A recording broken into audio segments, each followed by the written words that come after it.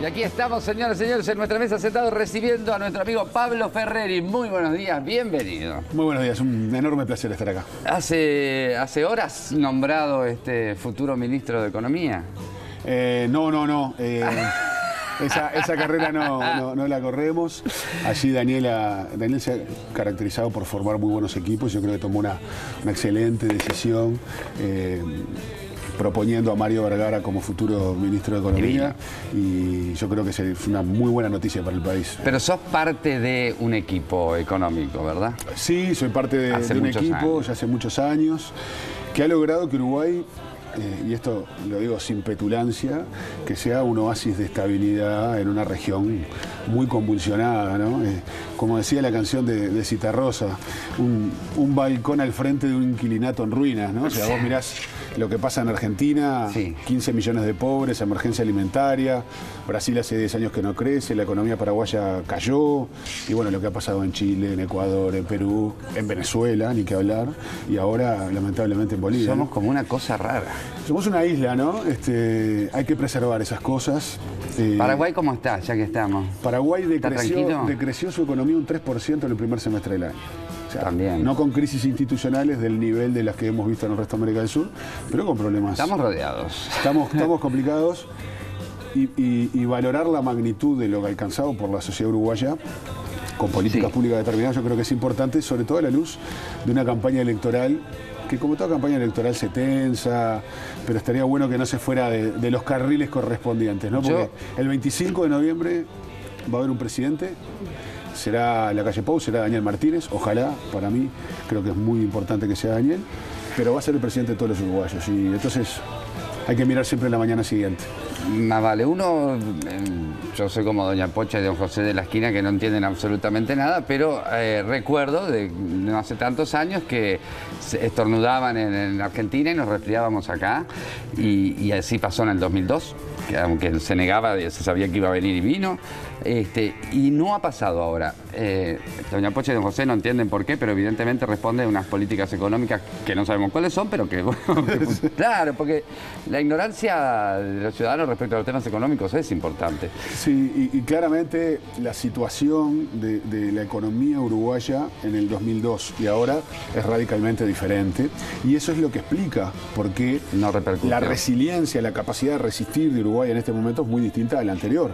Mirá, por ejemplo, en ese momento incluso Argentina atravesó la crisis económica más importante de su historia, hasta ese momento, la de ahora es muy similar, pero Brasil no estaba tan complicado en ese momento. Y lo que pasó allí fue, el primer contagio vino por el canal financiero de la crisis. Los bancos en Argentina se hicieron pomada, eso afectó a nuestro sistema financiero. Hoy el sistema financiero uruguayo es de una fortaleza, goza de una salud enorme, producto justamente de lecciones aprendidas y de políticas públicas para fortalecerlo.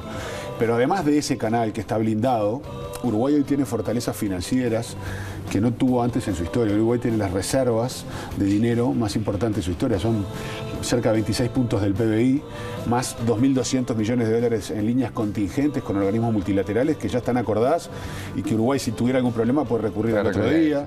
Entonces, eso te da una espalda que antes no tenía, lo cual te permite trabajar con mucha tranquilidad. Y además, lo más importante, a pesar de un mundo donde las previsiones de la economía bajan mes a mes, donde pasa todo esto que dijimos en la región, Uruguay en los 2 próximos años va a crecer seguro, porque tiene la inversión más grande de su historia, que es la de UPM, y tiene inversión pública en infraestructura ferroviaria, vial, educativa, a través de proyectos de participación público-privada. Mirá, entre una y la otra, Uruguay va a tener en los próximos 2 años, los próximos 2 o 3 años, unos 5.000 millones de dólares de inversión adicional. Eso le mueve la aguja a un país del tamaño de Uruguay y lo pone en una senda de crecimiento más allá de lo que pase en la región. Que Uruguay pueda decir hoy, vamos a crecer más allá de lo que pasa en la región, es inédito en nuestra historia. Sí, claro, absolutamente. Justamente mencionaste lo de UPM, ¿no? Y hablás de la mayor inversión en la historia del país. ¿Esa mayor inversión significa también mayor ganancias? O sea, ¿deja ganancias de verdad para el uruguayo? Sí, mira, deja ganancias, y esa es una buena pregunta, porque más allá de que yo sé que la inversión es brutal, es millonaria, pero a mí, ¿me deja plata? Mira, para que se instalara esta planta, ya se le había dado a las 2 anteriores que ya existen una zona franca. Entonces, bueno, pero si está en zona franca no paga impuestos. Es lo que dice. Eso es cierto, Pero es una parte de la película, porque lo que tenemos que mirar es no solo lo que ocurre en la zona franca, sino toda la cadena logística. Este emprendimiento genera miles de puestos de trabajo entre los que trabajan en la planta, los que proveen servicios directos a la planta y todos los empleos inducidos, es decir, todo lo que se genera.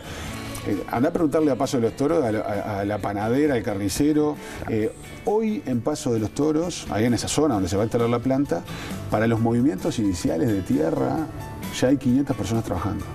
Para que te das una idea. Entonces, y eso además va acompañado, por ejemplo, de un ferrocarril central que va a reducir los costos logísticos enormemente para traer producción del norte del Uruguay hacia el puerto Montevideo.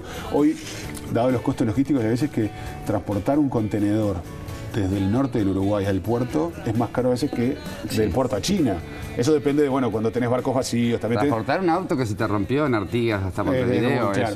Pero entonces, cuando tú tengas un ferrocarril que reduce enormemente los costos logísticos, bueno, van a empezar a ser rentables proyectos que hoy no lo son. O sea, no dejaría una ganancia brutal el proyecto como tal en su trabajo, sino todo lo que genera alrededor. Nosotros ahí hicimos un trabajo prospectivo junto con la OPP y el Ministerio de Economía.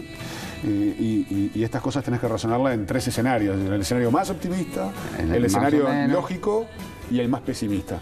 Y en los 3 escenarios te daba, con distintos niveles, que había ganancia para el país en su conjunto. Pero aparte no es lo mismo, Fito, hacer esta inversión en el punto más rico del Uruguay que hacerla en la zona que tiene el nivel de desarrollo social económico más relegado del país. Esta es la zona más pobre del Uruguay. Entonces, vale distinto, ¿no? Bien.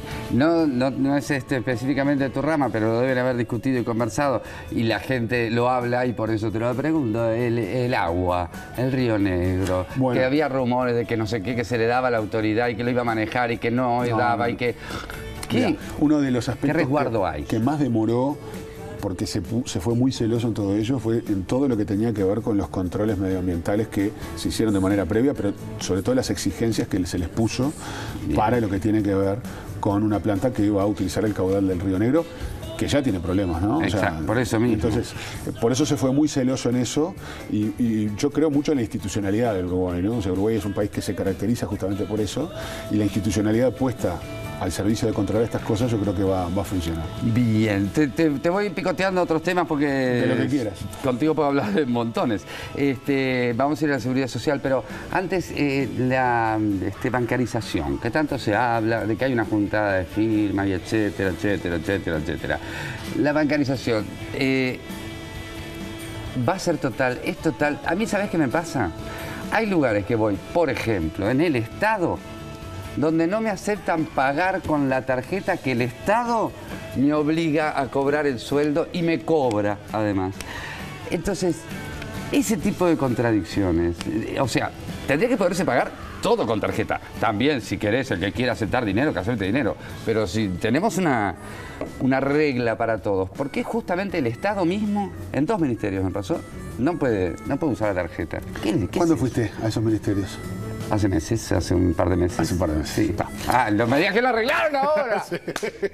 Peor, porque justamente esa es una de las cosas que a mí más bronca me dio. Ah, ¿verdad? Sí, no podemos ir a avanzar en todas esas cosas y que el Estado... Pero te voy a explicar por qué se complicaba. Ay, qué suerte. Muchas veces hacer los convenios con las tarjetas, cuando lo tenés que hacer para una multiplicidad de organismos, no era tan fácil. Pero nosotros sacamos un decreto y pusimos que eso era obligatorio. No recuerdo ahora si el 1 de octubre, el 1 de septiembre. ¿Ahora? 1 de agosto, 1 de septiembre, de que todos los ministerios tenían que tener eso. Y quedó. Gracias. Gracias. Pero hay un comentario adicional. Toda la iniciativa de inclusión financiera tiene un enfoque de derechos bien importante. Fíjate, había cientos de miles de uruguayos que no tenían acceso a la posibilidad de tener una cuenta bancaria. Y esto me puede parecer trivial, no lo es, porque muchos uruguayos, por ejemplo, no accedían a créditos al consumo relativamente baratos o con buenas tasas y morían en financieras que los mataban con las tasas. O sea que esto nos habilita. Al tener una cuenta bancaria, o sea, la única obligación que tiene todo el esquema de inclusión financiera es que a los trabajadores se les pague el sueldo. El sueldo a través de una cuenta bancaria o de un instrumento de dinero electrónico. Bien. Y esa cuenta bancaria además es gratuita. El banco te ofrece una cuenta, está obligado a ofrecerte una cuenta gratuita con determinada cantidad de movimientos. Entonces, al tener la cuenta ya accedes a los servicios financieros que antes no accedías. Entre cuentas bancarias nuevas e instrumentos de dinero electrónico, como por ejemplo tarjetas prepagas, etcétera, hay 1 millón de nuevos instrumentos de dinero electrónico. 1 millón. Eso es que había muchísima gente que no tenía acceso a esas cosas. Y hoy... Entonces, viste, ahí tenés un acceso a derechos muy fuerte. Claro. Cuando te hablan de la obligación, bueno, pero entonces, ¿qué vamos a sacar? ¿La obligación de que se paguen los sueldos? La obligación es de pagar el sueldo. Esa obligación para el empresario es un derecho que tiene el trabajador. Por eso, la obligación, la única que hay es pagar el sueldo a través de un sistema bancario. Esa y la obligación para los bancos de que las cuentas tienen que ser gratuitas con determinadas condiciones. Son las únicas 2 obligaciones. Bien. Después, acá la digitalización de la economía, la digitalización de los medios de pago va a ocurrir. Ocurre en todo el mundo, es un fenómeno global. Vos tenés 2 opciones, o dejás que esto pase... Ya ahora la DGI arranca con la... Sí, pero vos podés dejar que esto pase de cualquier manera, de manera anárquica, donde los que menos tienen siempre la corren de atrás, o podés liderar el proceso haciendo que los beneficios sean para todos. Bueno, nosotros optamos por este segundo camino. Ya te digo, 1 millón de nuevos instrumentos, el IVA es más bajo si compras con tarjetas de crédito de débito, es decir, tiene una serie de cuestiones asociadas. Tenía algunas cosas que hacían ruido, como esta que hablábamos de los organismos, claro, que por suerte pudimos pero nadie lo salía a decir, ¿viste? Sos el único que lo reconoce. Nos llegó trabajo, pero quedó. Y hoy podemos decir que todos los uruguayos cobran su sueldo a través de... Yo te diría que la enorme mayoría, sí, hoy cobran casi todo su sueldo por ¿Se ha solucionado los lugares donde había pocos cajeros o pocos, los lugares muy chicos del interior?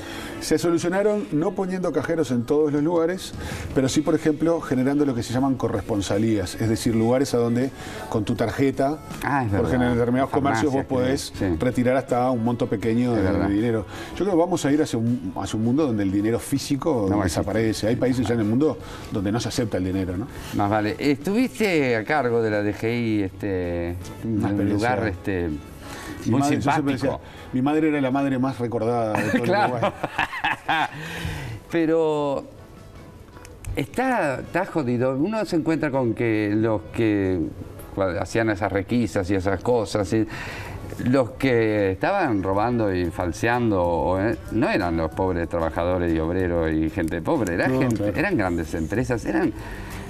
El desbarajuste era... Eso siempre pasa, o sea, los comercios chicos generan evasiones pequeñas. La gran evasión la tenés en las grandes empresas que mueven mucho dinero y que además tienen una capacidad económica tal que les permite contratar asesores de primera línea. Entonces, ahí son peleas realmente titánicas, ¿no? De alto vuelo técnico.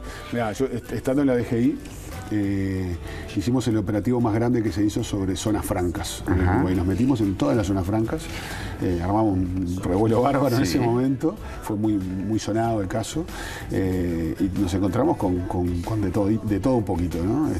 Pero bueno, para eso estábamos, ¿viste? O sea, porque justamente no se trata solo de recaudar, que es la función obviamente fundamental, sino también de generar ciertos niveles de equidad, ¿no? Porque vos justamente no podés... Justicia. Un trabajador que gana 40.000 pesos, 50.000 pesos, le retenés el IRPF, y alguien que genera millones de dólares te está pasando por el costado, ¿no? Eso no cierra. Hablan en los programas todos los candidatos, bueno, ahora son 2 los programas, pero en el otro lo supe leer todos los programas, todos hablan de reducir el gasto del Estado, para reducir el déficit, el Frente Amplio también.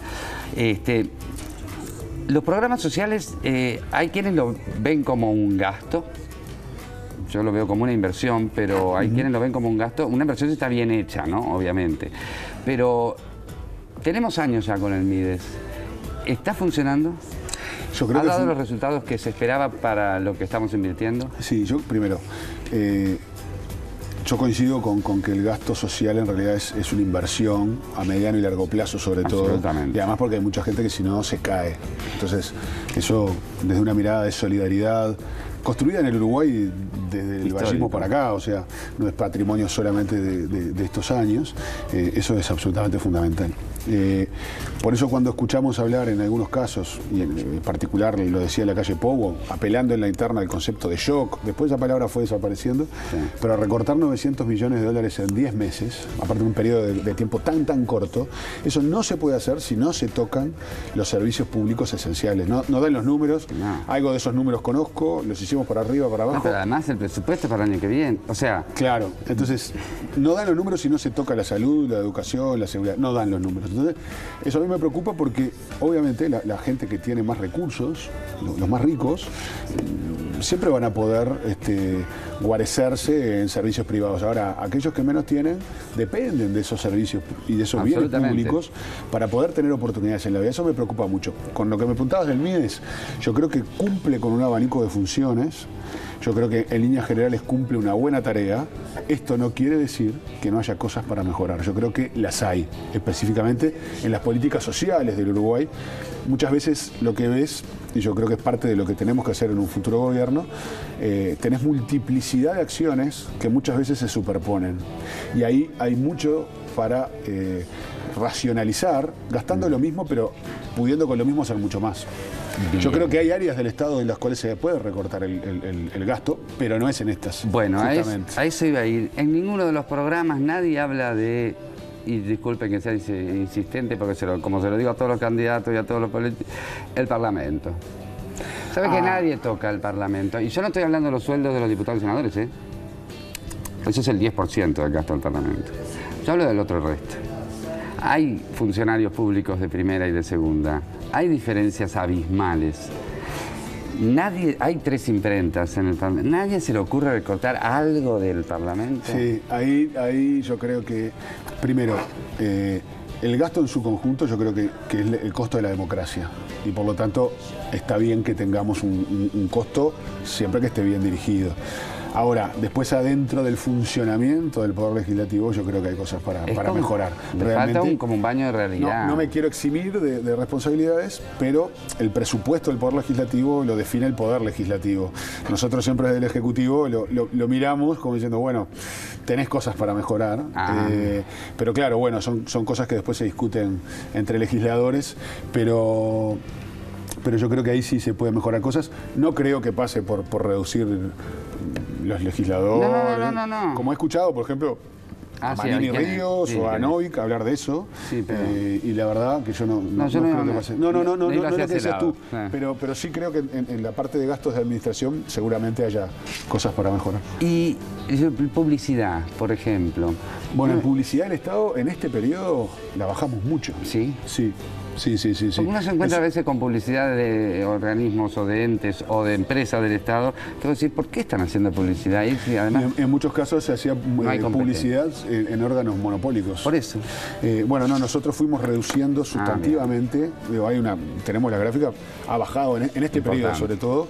Le pusimos ojo a eso. Sobre todo justamente la publicidad de servicios que no tenían competencia. Bien. Por ejemplo, Antel... ¿Sí? Con la telefonía celular tiene que hacer publicidad porque compite. Ahora, ANCAP no. El Naftas no. El lubricantes compite. UTE, salvo servicios de información a la ciudadanía, tenés espacios en los cuales no. Y en este periodo es una película que uno de los sponsors es UTE. Y vos decís, ¿cómo? Sí, ¿por qué está invirtiendo en una película UTE con mis impuestos? Yo estoy de acuerdo con eso. Es como raro. Y ya te digo, en este periodo lo achicamos bastante. Y otro sí digo, ayer, en estos días andaba circulando un video de Tabaré Vázquez diciendo que había recibido el Estado de mano de Mujica con 600.000 trabajadores públicos nuevos y que hay que reducir la plantilla y que no hay que sustituir a los que se van. Y yo que estoy dentro del Estado te digo, me falta gente para trabajar, me falta gente en el INAU, me falta gente en la salud, me falta gente en la educación, profesores, me falta. Y todos los partidos hablan de reducir. Sí, justamente ahí hay una diferencia bastante grande. Nosotros hemos escuchado a Talvi, por ejemplo, decir que había que tener 50.000 funcionarios menos. Una locura.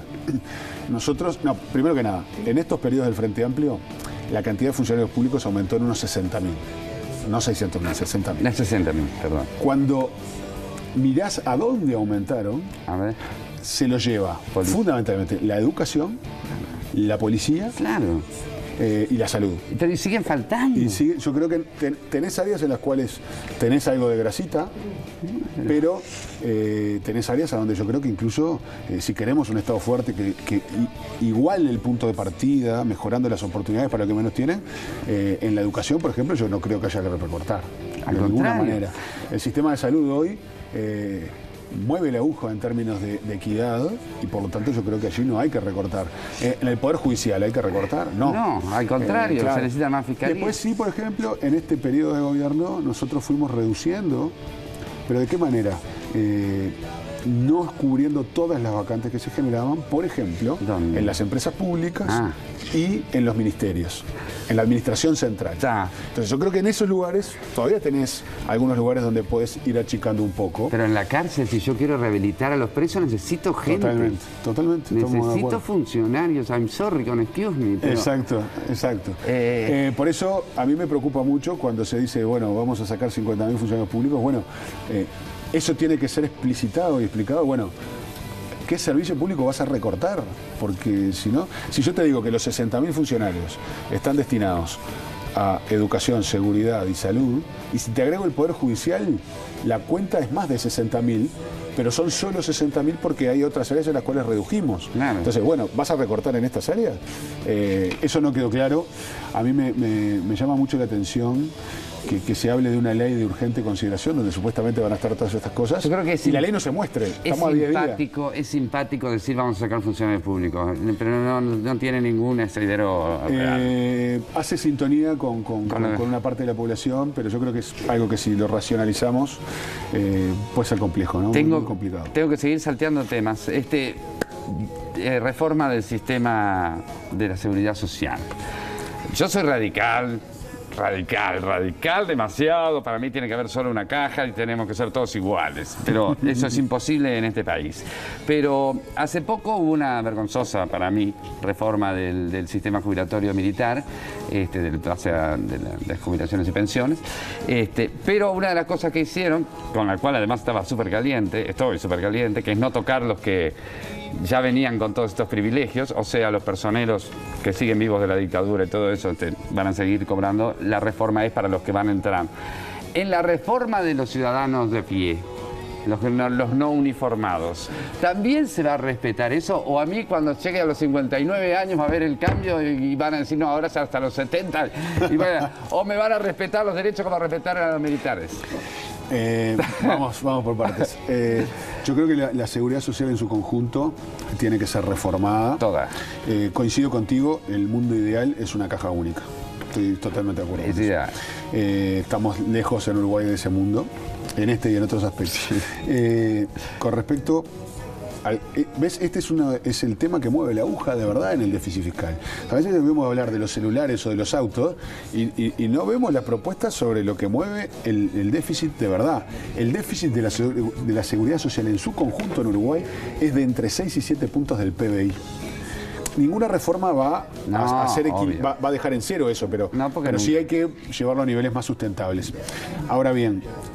Ojo que para mí tampoco es un gasto, ¿me explico? Para mí es una obligación del Estado. Estoy de acuerdo, pero tiene que ser sustentable, pues absolutamente. Si no es bancable... Pero no sueño con que se autofinancie. No, eso no ocurre en ningún lugar del mundo. Lo que sí te digo es... hay que avanzar, pero hay derechos adquiridos que tenés que cuidar. Por ejemplo, en el caso de la caja militar, yo creo que la reforma que se hizo fue, finalmente, lo que se aprobó fue insuficiente, no alcanza. Y por lo tanto, cuando se toque el sistema de seguridad social en su conjunto, seguramente la caja militar tenga que también pasar por un proceso adicional de reforma. El déficit se genera no solo, como decía la calle Pou, porque hay una relación activo-pasivo diferente, porque hay menos militares activos, sino también por los privilegios que tienen quienes se jubilan. Se jubilan no solo con todo el salario, sino que cuando se jubilan se les da un grado más que cuando tenían en actividad. O sea, cobran más como pasivo que como activo. No estamos hablando de la tropa, estamos hablando de los privilegiados. Estamos hablando fundamentalmente de quienes tienen mayores ingresos allí, que son los que tienen carrera, los más privilegiados. Entonces, inequitativo por donde lo miremos con la sociedad en su conjunto. Ahora, los derechos que se mantuvieron fueron de aquellos que ya estaban jubilados y se generó como un periodo de transición. Lo que debería hacerse en la reforma de la seguridad social en su conjunto, que va a requerir de un enorme consenso político y sobre todo social. Con las organizaciones sociales hay que hacer un gran diálogo. Yo creo que ahí el Frente Amplio tiene mejores condiciones para liderar eso. Pero los derechos adquiridos se tienen que respetar. Me refiero a aquellos que ya están jubilados. De ninguna manera se les puede tocar la jubilación. Claro. Sí hay que hacer un periodo de transición y sí, quienes tenemos una menor edad, como en nuestro caso, no nos vamos a jubilar a la edad que se jubilaron ni nuestros abuelos ni nuestros padres. Vamos a tener que trabajar un poquito más. Pero todo esto parte de una gran noticia. Y es que todos vivimos más. O sea, la esperanza de vida en Uruguay mejoró enormemente. Entonces, bueno. Sí, para mí cuando me hablas de la edad de jubilación, odio vivir más. Quiero que lo sepas. Nos tenemos que ir, pero yo no puedo dejarte de preguntarte algunas cosas. Pluna, escuché que todavía estamos pagando los créditos de los aviones hasta el 2023. Sí, lo que pasa es que, bueno, en realidad esas compras de aviones se habían hecho a largo plazo. Sí. Y el Estado uruguayo finalmente se hizo cargo de esa deuda y simplemente lo que está haciendo es pagar la deuda. Y hasta el 2023 seguimos pagando. Fue una experiencia fallida que tuvo las consecuencias que tuvo y bueno, se podría haber pagado todo junto. Nosotros hicimos creo que un buen acuerdo en ese sentido de ir pagándolo a largo plazo. A largo plazo. ¿Alguna vez, si lo sabés, quién organizó la subasta de los aviones de Pluna? Si no, sabés quién la organizó, francamente no lo sé. Avísame porque yo quiero saber cuánto le pagaron a los actores y todo eso. No. Porque no fue por la Sociedad Uruguaya de Actores, fue en negro. Muchísimas gracias. No, un gran placer. Después te tendremos en alguna otra oportunidad, obviamente, por alguna otra candidatura que surja por ahí. Muchísimas Veremos gracias. Cómo se van dando las cosas. Gracias. Muchísimas gracias, Ferreri. Bueno, gracias. Nos vamos a una pequeñísima pausa, ya seguimos, tenemos más cosas lindas todavía para vos el día a día.